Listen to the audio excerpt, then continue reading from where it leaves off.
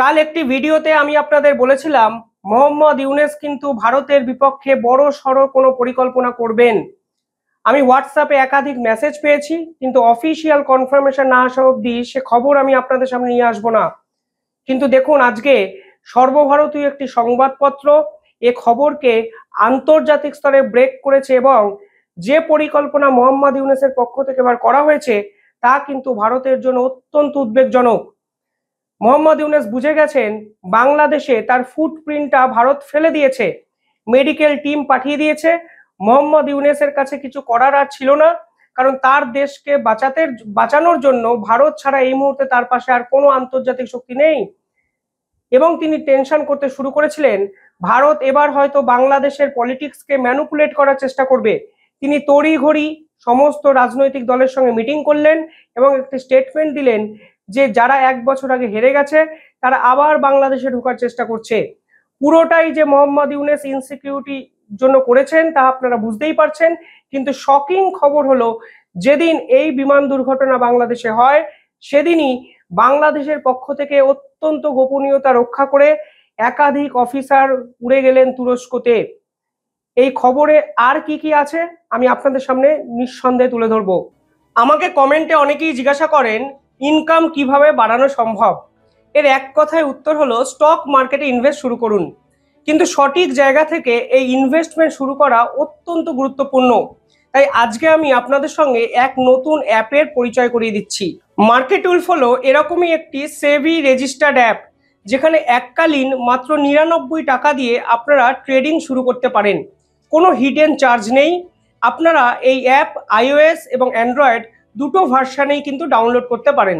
মার্কেটউলফ app কিন্তু আপনাদের finance বাড়াতে সাহায্য করবে। এবার আপনাদের দেখাচ্ছি আপনারা ঠিক কিভাবে এই অ্যাপকে ব্যবহার করতে পারেন। দেখুন, প্রথমে আমি পিন দিয়ে এই অ্যাপটি লগ ইন করলাম। এরপর দেখুন ফলো ট্রেন্ডের ফিচার্স, যা রিয়েল টাইমে আপনাকে হাই মোমেন্টামে যে ট্রেডসগুলো আপনার প্রফিট বাড়াতে সাহায্য করে সেগুলোকেই দেখাবে। এবার আমি ক্লিক করলাম ফলো ট্রেন্ডের অপশান, ট্রেড প্লেস করলাম এবং এভাবে আমার ট্রেডটি কিন্তু শুরু হয়ে গেল। এই অ্যাপের সব থেকে বড় সুবিধা হলো আপনি খুব ছোট ইনভেস্টমেন্টে এই অ্যাপে ট্রেডিং জার্নি শুরু করতে পারেন, যেখানে অন্য অ্যাপে প্রায় 3 গুণ টাকা কিন্তু আপনাকে দিতে হবে জার্নি শুরু করার জন্য। এই অ্যাপের একটি কি ফিচার্স হলো স্টপ লস, যা আপনার ক্ষতি আটকাতে পারে। যদি আপনার ক্ষতি একটি নির্দিষ্ট লেভেল অবধি পৌঁছে যায় তাহলে এই অ্যাপ কিন্তু অটোমেটিকলি বন্ধ হয়ে যাবে। এই অ্যাপে ব্রোকারেজ চার্জ ইন্ডাস্ট্রির অন্য অ্যাপের থেকে কিন্তু অত্যন্ত কম, অর্থাৎ সব দিক থেকেই এই অ্যাপ ব্যবহার করা অত্যন্ত লাভজনক। দেখুন, এবার এখানে আমি স্টপ ট্রেডে ক্লিক করলাম এবং 1166 টাকার প্রফিটও বুক হয়ে গেল খুব কম সময়ে। তাহলে আর দেরি কেন, আপনি গেস করুন আর ট্রেন্ড ফলো করে ট্রেড শুরু করুন। আরও ইন্টারেস্টিং বিষয় হলো এখানে বাকি অনেক কমোডিটিস যেমন গোল্ড, সিলভার, ক্রুড অয়েল এবং ন্যাচারাল গ্যাসেরও ট্রেড আপনি করতে পারেন সকাল 9টা থেকে রাত 12টা অবধি। এটা দেখুন এই অ্যাপের এপ্রিল ও মে মাসের প্রফিট। রিসেন্ট টাইমে যদি জুন মাসের পারফরমেন্স দেখেন, দেখবেন ট্রেডাররা 70,468 টাকার প্রফিট বুক করেছে। সেখানে এক্সপার্টের রেকমেন্ডেশন নিয়ে 203% প্রফিট পেয়েছে ট্রেডাররা। আপনি আপনার পাস্ট পারফরমেন্সও এই অ্যাপে কিন্তু দেখতে পারেন। সব থেকে বড় কথা হলো আপনার প্রফিটের উপর কোনো কমিশন লাগে না, পুরো টাকাটাই আপনার অ্যাকাউন্টেই কিন্তু ঢুকবে। মার্কেটউলফ অ্যাপ ব্যবহার করা কিন্তু সহজ ও সিকিওর, আর রেজাল্টও কিন্তু খুব তাড়াতাড়ি পাওয়া যায়। তাহলে আর দেরি কেন, আমি আমার পোস্টের পিন কমেন্টে এবং ডেসক্রিপশানে এই অ্যাপের লিঙ্ক দিয়ে দিলাম। আপনারা iOS এবং অ্যান্ড্রয়েড দুটো ভার্সানেই কিন্তু এই অ্যাপকে ব্যবহার করতে পারেন। মনে রাখবেন 2 মিলিয়নের বেশি মানুষ কিন্তু এই অ্যাপ বর্তমানে ব্যবহার করেন। তাহলে আপনারা চটপট লিঙ্কে ক্লিক করুন আর মার্কেটউলফ অ্যাপ ডাউনলোড করে ট্রেডিং জার্নি শুরু করুন। দেখুন, এবার আসল কথায় ফিরি। জি নিউজ আন্তর্জাতিক স্তরে কালকে একটি খবরকে প্রকাশ্যে নিয়ে এসছে। সেখানে বলা হচ্ছে 21শে জুলাই ইভিনিংয়ে বাংলাদেশের পক্ষ থেকে মোহাম্মদ ইউনূস ঘনিষ্ঠ মোহাম্মদ ইউনূসের অত্যন্ত পছন্দের এক সেনা অফিসার ইস্তাম্বুলের উদ্দেশ্যে রওনা হয়েছেন। অর্থাৎ তুরস্কতে সেনা অফিসার পাঠালেন মোহাম্মদ ইউনূস। কিন্তু সেনা প্রধানকে টপকে সেনা প্রধান জানানো না কে তুরস্কতে এই মুহূর্তে চলে গেছেন। যে খবর প্রকাশিত হয়েছে সেখানে বলা হচ্ছে মার্শাল হাসান মোহাম্মদ খান মার্শাল হাসান মাহমুদ খান, যিনি মোহাম্মদ ইউনূসের অত্যন্ত গুরুত্বপূর্ণ এবং কাছের এক সেনা অফিসার, তিনি তুরস্কের উদ্দেশ্যে গেছেন। এখানে বলা হচ্ছে এটা কোনো রুটিন ভিজিট নয়। বাংলাদেশ এখন চাইছে চাইনিজ একাধিক অস্ত্রের রিপ্লেসমেন্ট, এবং যেহেতু চীনের সরাসরি চীনের সঙ্গে যে জোট তৈরি করার পরিকল্পনা মোহাম্মদ ইউনূসের ছিল তা ভারত ভেস্তে দিয়েছে, এবং ডক্টর জয়শঙ্কর চীন সফরে গিয়ে চীনের বিপক্ষে, মানে চীন এবং ভারতবর্ষের একসঙ্গে জোট তৈরি করে বাংলাদেশের বিপক্ষে অ্যাকশন নেওয়ার কথা ভেবেছে। ঠিক তখন চীনকে বাইপাস করে মোহাম্মদ ইউনূস তুরস্কতে পৌঁছে গেছেন। আরো ইম্পর্টেন্ট কিছু খবর এখানে কিন্তু বলা হয়েছে। সেখানে বলা হয়েছে এই মাসের শুরুতেও কাউকে না জানিয়ে বাংলাদেশের পক্ষ থেকে কোনো অফিসার ইস্তাম্বুলে গেছিলেন অস্ত্র চুক্তি করতে। সেকেন্ড প্যারাতে বলা হয়েছে মোহাম্মদ নজরুল হাসান তিনি প্রাইভেটলি আমেরিকা সফরে গেছিলেন, এবং আমেরিকা সফর থেকে 22 থেকে 25 জুলাই তিনিও তুরস্কতে উঠে যাবেন। এবং এই মোহাম্মদ নজরুল হাসান হলেন বাংলাদেশের নেভি চিফ। আন্তর্জাতিক মিডিয়া বলছে একই সঙ্গে বাংলাদেশের এয়ার অফিসার অর্থাৎ বায়ুসেনার অত্যন্ত গুরুত্বপূর্ণ এক আধিকারিক এবং নেভি চিফের তুরস্কতে একত্রে পৌঁছে যাওয়া বড় সড়ো কোনো গেম প্ল্যান মোহাম্মদ ইউনূসের। আপনারা সকলে 24 ঘন্টার মানে G24 নিউজ, যেটা আন্তর্জাতিক স্তরে এখন সমাদৃত একটি খবরের চ্যানেল, যারা ব্রেক করেছে এটি, আপনারা সেই রিপোর্ট নিজেরা পড়ুন, অযথা ভুয়া করবেন না, আপনারা নিজেরা পড়ুন। সেখানে বলা হচ্ছে 22 থেকে 25 জুলাই তুরস্কতে বাংলাদেশের বায়ুসেনার অত্যন্ত গুরুত্বপূর্ণ আধিকারিক, যিনি মোহাম্মদ ইউনূসের কাছের লোক, এবং বাংলাদেশের নেভির সর্বোচ্চ প্রধান একই সঙ্গে তুরস্কতে গেছে। এ হলো পয়েন্ট নাম্বার 1। পয়েন্ট নাম্বার 2, সেখানে বলা হচ্ছে বাংলাদেশের এই মোহাম্মদ ইউনূস এখন চান তুরস্ক থেকে অস্ত্র আমদানি করতে, অর্থাৎ তুরস্ক, পাকিস্তান এবং বাংলাদেশ একত্রে একটি ট্রায়াঙ্গুলার জোট তৈরি করতে চাইছেন। তুরস্ক থেকে সাধারণত TRG-30 রকেট সিস্টেম কিনতে চাইছেন মোহাম্মদ ইউনূস, এবং বাংলাদেশের প্রতিবেশী দেশ ভারত হঠাৎ করে এই রকেট সিস্টেম কার বিপক্ষে, ভারতবর্ষে মানে ভারত ছাড়া আর কার বিপক্ষেই বা বাংলাদেশ এখন ব্যবহার করবে, সেটাই এখন লাখ টাকার প্রশ্ন। বাংলাদেশ অতীতে কোনো যুদ্ধে 1971 সালের পর সে অর্থে সিরিয়াসলি জড়ায়নি, কারণ বাংলাদেশের 3 ভাগ জায়গা জুড়ে ভারতবর্ষের বর্ডার, 1 ভাগ জায়গা জুড়ে মায়ানমার, ফলে খুব বড় সড়ো যুদ্ধের প্রবণতা এই মুহূর্তে বাংলাদেশের নেই। কিন্তু হঠাৎ করে তুরস্কের সঙ্গে আতাত করে ভারতের বিপক্ষে যুদ্ধ জিগিরটা তোলা হচ্ছে, শুধুমাত্র ক্ষমতা বাঁচানোর জন্য ভারতকে শত্রু বানানোর চেষ্টা করা হচ্ছে, এবং যুদ্ধ জিগির তুলে সাধারণ মানুষকে ডাইভার্ট করার চেষ্টা করছে, তার ইমোশন গুলো নিয়ে খেলার চেষ্টা করছেন মোহাম্মদ ইউনূস। পয়েন্ট নাম্বার 2, এখানে বলা হচ্ছে বাংলাদেশের সেনাপ্রধান হঠাৎ করে চীন সফর ক্যান্সেল করে দিয়েছেন।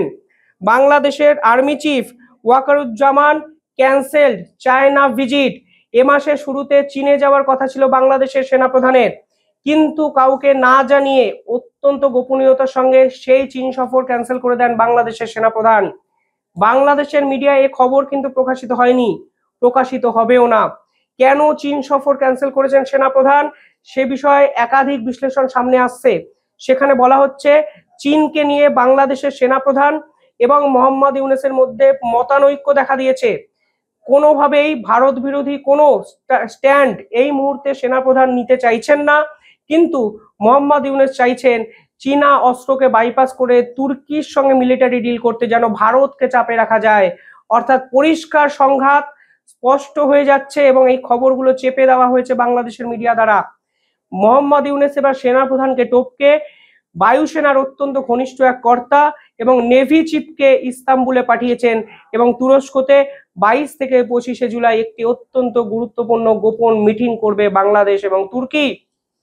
3 নম্বর পয়েন্ট বলা হচ্ছে এখানে মোহাম্মদ ইউনূস ব্যাকডোর দিয়ে মিলিটারি পলিসিকে ফরেন পলিসিতে কনভার্ট করার চেষ্টা করছে, অর্থাৎ মিলিটারি এই ধরনের এগ্রিমেন্ট গুলোকে বাংলাদেশ সরকার চাইছে বাংলাদেশের বিদেশ নীতিতে রূপান্তর করতে। দেখুন, ভারতেরও কিন্তু একাধিক দেশের সঙ্গে মিলিটারি চুক্তি আছে, কিন্তু ফরেন পলিসি এবং মিলিটারি পলিসির মধ্যে একটা আলাদা ডিফারেন্সিয়েট আছে। এই পুরো বিষয়টি মোহাম্মদ ইউনূস সরকার জেনে হোক না জেনে হোক অভিজ্ঞতায় হোক অনভিজ্ঞতায় হোক একত্রে খিচুড়ি পাকিয়ে দিয়েছেন। এখানে পরিষ্কার বলা হয়েছে এবছর 8ই জুলাই তুর্কির ডিফেন্স মিনিস্টারের সেক্রেটারি স্বয়ং বাংলাদেশে এসেছিলেন এবং বাংলাদেশের দুটো অত্যন্ত গুরুত্বপূর্ণ মিটিং তিনি করেন। একটি সমস্ত যে সেনাবাহিনী আছে, বায়ুসেনা বলুন, নেভি বলুন, ডিফেন্স বলুন, সমস্ত সেনাবাহিনীর প্রধানের সঙ্গে একটি মিটিং করেছিলেন।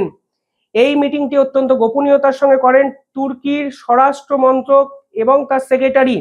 পরবর্তীকালে তিনি মোহাম্মদ ইউনূসের সঙ্গে গোপন মিটিং করেন এবং মোহাম্মদ ইউনূসের সঙ্গে সেই মিটিংয়ে কাউকে থাকার অনুমতি দেওয়া হয়নি।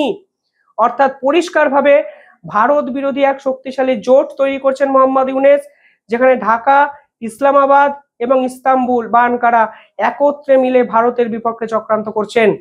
এর আগে রিপোর্ট বেরিয়েছিল জামাতে ইসলামকে প্রকাশ্যে সমর্থন করছে তুরস্ক এবং জামাতের অফিস তৈরি করে দিয়েছে তুরস্কের সরকারের দ্বারা একটি ফান্ডিং সংস্থা। পাশাপাশি বাংলাদেশের ঢাকা বিশ্ববিদ্যালয়ে প্রকাশ্যে পোস্টার পড়েছিল বৃহত্তম ভারত গর্ব, বৃহত্তর ভারত গর্ব, এবং এর পিছনে যে এনজিওর কথা জানতে পেরেছিলাম সেই NGO was totally funded by তুরস্কের সরকার। সব মিলিয়ে ভারত যখন উদারতা দেখালো, ভারত যখন বাংলাদেশের সাহায্যে এগিয়ে এলো, তখন বাংলাদেশ সরকার কোনো নমনীয়তা দেখালো না। পরিষ্কার বিশ্বাসঘাতকতা। যখন গোটা দেশ দুর্ঘটনার কবলে সম্পূর্ণ নিমজ্জিত, তখন মোহাম্মদ ইউনূস কোথায় এই প্রশ্ন যখন উঠেছিল, তখন তিনি গোপন মিটিং করে তুরস্কতে তার নেভি চিফ এবং বায়ুসেনার অত্যন্ত গুরুত্বপূর্ণ এবং কাছের এক বিশ্বাসযোগ্য অফিসারকে তুরস্কতে পাঠালেন, তাও আবার সেনাপ্রধানকে বাইপাস করে। কি বলবেন আপনারা? কমেন্টে আপনারা জানাবেন যা জানানোর, কোনো বিশ্লেষণের প্রয়োজন নেই। ক্লিয়ার কাট স্ট্র্যাটেজি, ভারতের বিপক্ষে অস্ত্র জোগাড় করো এবং ভারতের বিপক্ষে যুদ্ধ জিগির তোলো যেন চেয়ারটা বাঁচে। কিন্তু ভারত যদি পাল্টে অ্যাটাক করে তার ভবিষ্যৎ কি হবে সেটাই তো বড় প্রশ্ন। মোহাম্মদ ইউনূস যুদ্ধ করতে চাইছেন, কারণ ভারত যদি মোহাম্মদ ইউনূসের বিপক্ষে কোনো পদক্ষেপ নেয় তখনই বাংলাদেশের মানুষকে তিনি ভারতের বিপক্ষে উস্কাতে পারবেন। যত তিনি ভারত বিরোধী ন্যারেটিভ তৈরি করবেন ততদিন তিনি ক্ষমতায় থাকবেন। এই পরিষ্কার অঙ্কটা মোহাম্মদ ইউনূস বুঝে গেছেন। যাই হোক, ভিডিও শুরু করার আগে আপনাদের বলি, মার্কেট উলফ ব্যবহার করা অত্যন্ত সহজ ও সিকিউর। আপনারা অনেক পয়সাও রোজগার করতে পারেন কম সময়ে। 2 মিলিয়ন লোক এই মার্কেট উলফ অ্যাপ ব্যবহার করে। iOS এবং অ্যান্ড্রয়েড দুটো ভার্সানেই মার্কেট উলফ অ্যাপ কিন্তু আপনারা পেতে পারেন। তাই দেরি করবেন না, আমাদের কমেন্টের পিন পোস্টে গিয়ে আপনারা এই মার্কেট উলফ অ্যাপ ডাউনলোড করতে পারেন এবং ভিডিওর ডেসক্রিপশনেও আমি এই অ্যাপের লিঙ্কটি রেখে দিলাম। ডাউনলোড করুন, ব্যবহার করুন, দেখতে থাকুন দ্য ইন্ডিপেন্ডেন্ট বেঙ্গল। চ্যানেলটি ভালো লাগলে একটু সাবস্ক্রাইব করে দেবেন। ধন্যবাদ।